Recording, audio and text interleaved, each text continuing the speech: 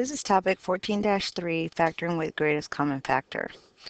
Our objective today is I can factor with the greatest common factor, so our essential question is going to be, how can I factor with the greatest common factor?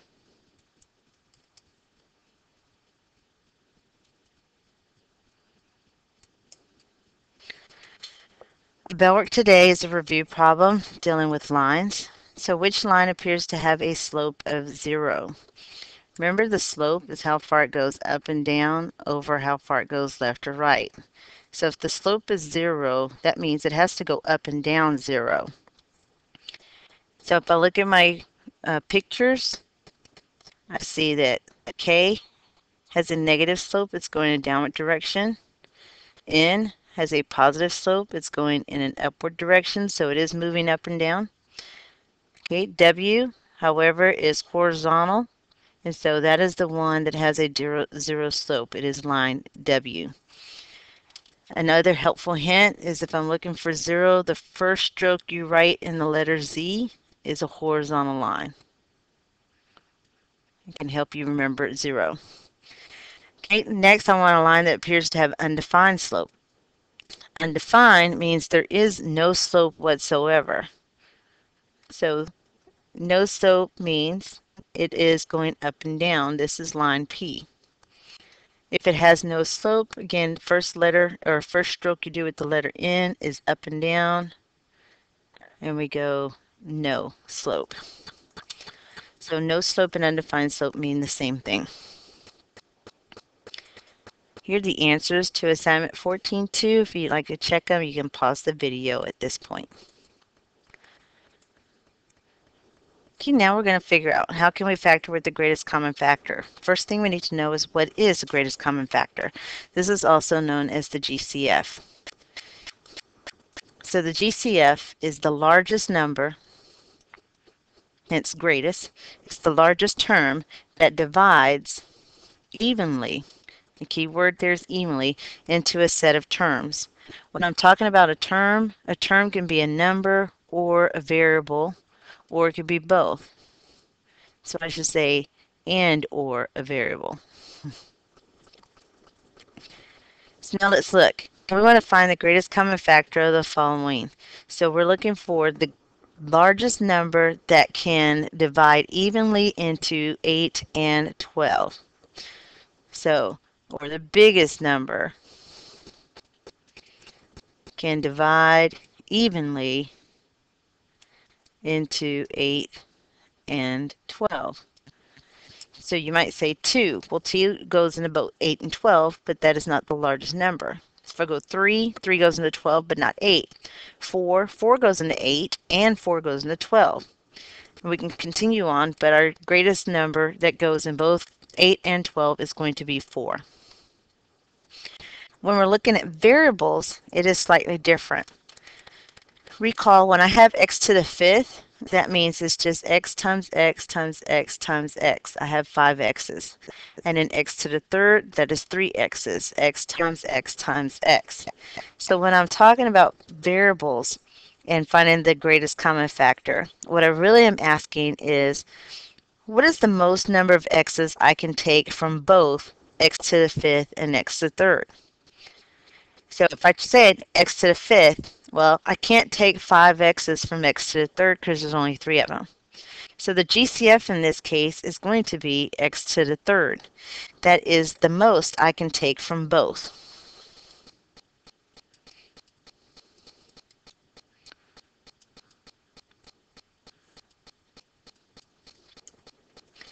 So number 3, we have an example of both variables and numbers. So we have 16m squared and 20m squared. When we have both variables and numbers, we want to look at them separately. So if I look at, I'm looking for what's the GCF for 16 and 20, meaning what is the largest number that can divide evenly into both 16 and 20. The largest number is 4. Then I'm going to look at my variables, m squared and m cubed. Again, because I'm looking at variables, what is the most I can take from both? Well, the most number of m's I can take is just 2 of them, or m squared. So my GCF is 4m squared. We're going to look at number 4. Again, we're going to break it up with numbers. So I'm looking at 56 and 32. What's the largest number that goes into both 56 and 32? That number is 8. 8 can divide into 56. 8 can divide into 32. Last, let's look at the variables. I have c squared and I have c. So again, what is the most I can take? How many c's? What is the most number of c's I can have from both? And that is 1 of them. So our GCF is 8c. So I ask, what is the difference in finding the GCF with only numbers and the GCF with variables? Or in other words, what is the difference between finding the GCF with numbers and the one with variables? When we're looking for the GCF of numbers, we're looking for the largest number. It's the largest number to divide evenly into both.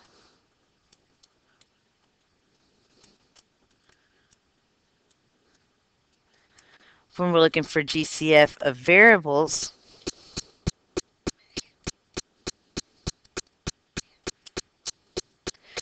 we're looking for the most that you can take from both. But if you notice in our previous ones, the exponent is always the smaller of the two exponents that's given. So we're looking for the smallest exponent.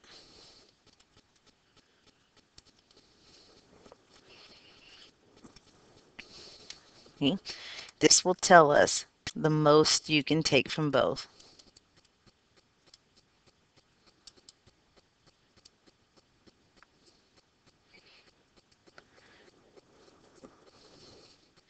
So now we're going to learn how to factor. But before we learn how to factor, let's go back and remember how we multiplied, because factoring is just the opposite of multiplication. So when we multiplied, we took what was on the outside and multiplied each term on the inside by that number. So 4x times x plus 4x times 5. We multiply this out, we get 4x squared plus 20x. So we've gone from a factored form, meaning I have two things being multiplied by each other, to get a final form of a polynomial expression. So now I want to go backwards. Factoring is the opposite of multiplication. That means when I'm finding factors, I want to find what things can I multiply together. So for us to factor, we're going to factor with just the GCF. First thing you're going to look for is to determine the GCF of all the terms.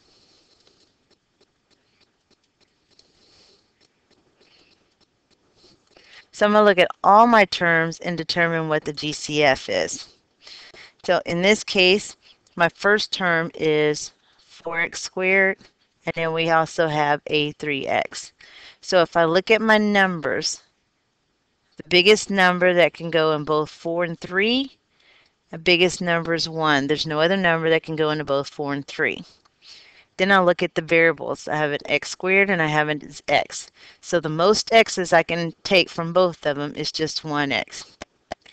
So our GCF then is 1x, or you can just say x because 1 times any number is itself.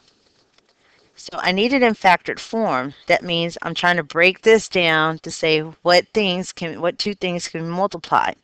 Well, the first thing we're going to do is write our GCF and then a parenthesis.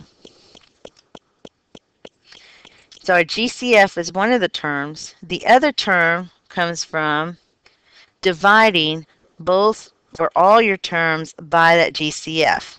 And this will determine what goes inside the parentheses. So we're going to divide all the terms by the GCF. And then this goes into the parentheses. So my GCF was x. I'm going to take 4x squared, divide by x. You have 3x, divide by x. So when I divide out 4x squared, this is just x times x. So one of the x's in the top and one of the x's in the bottom will cancel, and we're left with 4x.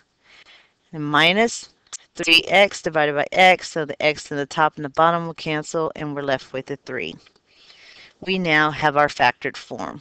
Again, the GCF goes out front, and then once we divide out, that's what goes in the middle, or inside the parentheses.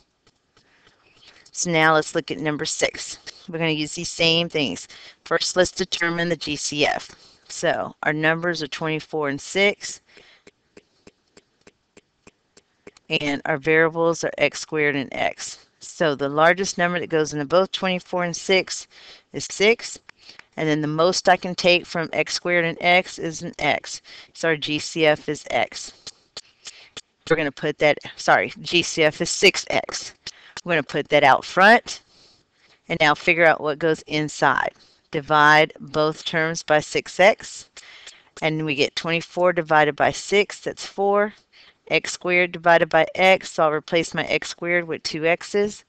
Top x and the bottom x cancels, I'm left with an x. And then plus 6 divided by 6, that's a 1. And then x divided by x, they cancel out. I don't have any x's. I can always check myself by multiplying back out. 6x times 4x gets you the 24x squared. And then 6x times 1 does give you the 6x. So we are in good shape. Number 7. Again, first thing, let's find our GCF. Look at the numbers. I have 12 and 16. Biggest number that goes both into 12 and 16 is 4. Then we have a cubed and a squared. The most we can take is a squared. So our GCF is 4a squared. We're going to write that out front, 4a squared. Let's find out what's inside. We're going to divide every term by 4a squared. 12 divided by 4 is 3. A cubed divided by a squared is just a. Minus 16 divided by 4, that's 4. And a squared divided by a squared, they will cancel each other out, and there are no a's left. Number 8, we have 3 terms. We can still find GCF with 3 terms. We're now looking at 3 numbers, so 10, 20, and 5. The largest number that goes in the 10, 20, and 5 is going to be 5. We have y cubed, y squared, and y. The most y's we can have from all of them is just 1 y. So our GCF is 5y. We'll put the 5y on the outside and put our parenthesis. Divide everything by 5y. We start off with 10 divided by 5. That's 2. Y cubed divided by y. So y cubed means I'm going to have 3 y's up here. 1 will cancel out. We're left with 2 y's. Plus 20 divided by 5 is 4. Y squared divided by y is just 1y. Minus 5 divided by 5 is 1, and then y divided by y will cancel. So we have now factored out the GCF in that trinomial. Number 9, again, let's look for the GCF. So we have 16, 8, and 4. The largest number that goes into all 3 of them is 4. Then we have 8x cubed, x squared, and x. The most x's I can have out of all of them is just 1x. So our GCF is 4x. We'll put that out front. Divide everything by the 4x. 16 divided by 4 is 4, and x cubed divided by x will leave us with x squared. Minus 8 divided by 4 is 2. X squared divided by x leaves us with an x. Minus 4 divided by 4 is 1. My x's will cancel out. So again, as we factor, we have 2 things that can be multiplied together that will come back to what we started with. So number 10, GCF. Looking at the numbers, we have 6, 4, and 2. The largest number that will go evenly into all of them is 2. Then we have x to the 4th, x cubed, and x squared. So the most number of x's we can have is x squared. Our GCF then is 2x squared. Divide everything by 2x squared. So 6 divided by 2 is 3. Then we have x to the fourth over x squared. So 2 of the x's cancel. We're left with 2 x's, so x squared plus 4 divided by 2 is 2. X cubed on top, x squared on the bottom. 2 of the x's cancel. We're left with x minus 2 divided by 2 is 1. I have x squared on top and 1x on the bottom. One of the x's will cancel. We're left with 1. Sorry, that was x squared. Both x's will cancel. So we're just left with the 1, no x's.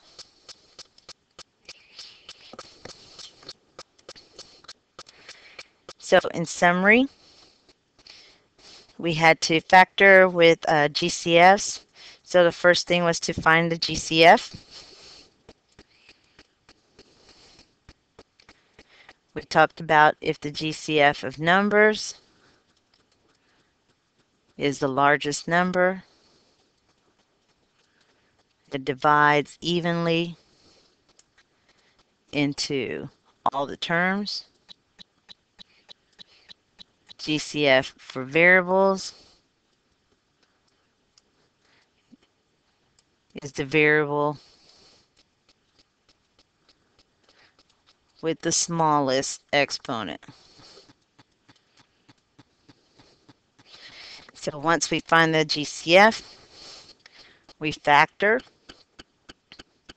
When you factor, you will have parentheses. Okay, GCF goes in front of the parenthesis.